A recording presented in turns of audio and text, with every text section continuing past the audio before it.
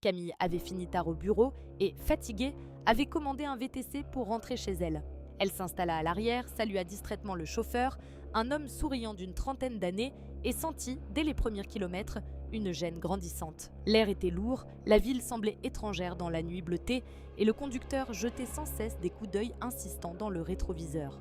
Alors que la voiture poursuivait sa route, Camille sentit la tension monter.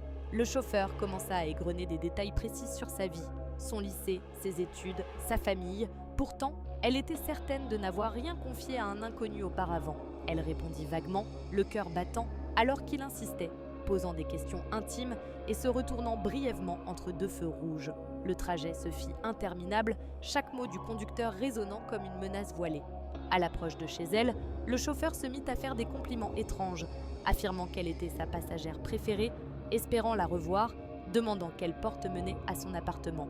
Camille, déboussolée, donna une fausse information. Les phares inondés à l'entrée de l'immeuble, l'ombre du chauffeur se projetait sur le mur comme une menace silencieuse. Il verrouilla un instant les portières, plongeant la voiture dans une immobilité glaçante, puis lui sourit avec insistance avant de la laisser sortir. Camille attendit, cachée dans la pénombre, que la voiture disparaisse. Les lumières du VTC s'évanouirent au loin, mais la sensation d'avoir échappé de justesse à quelque chose de dangereux lui colla à la peau.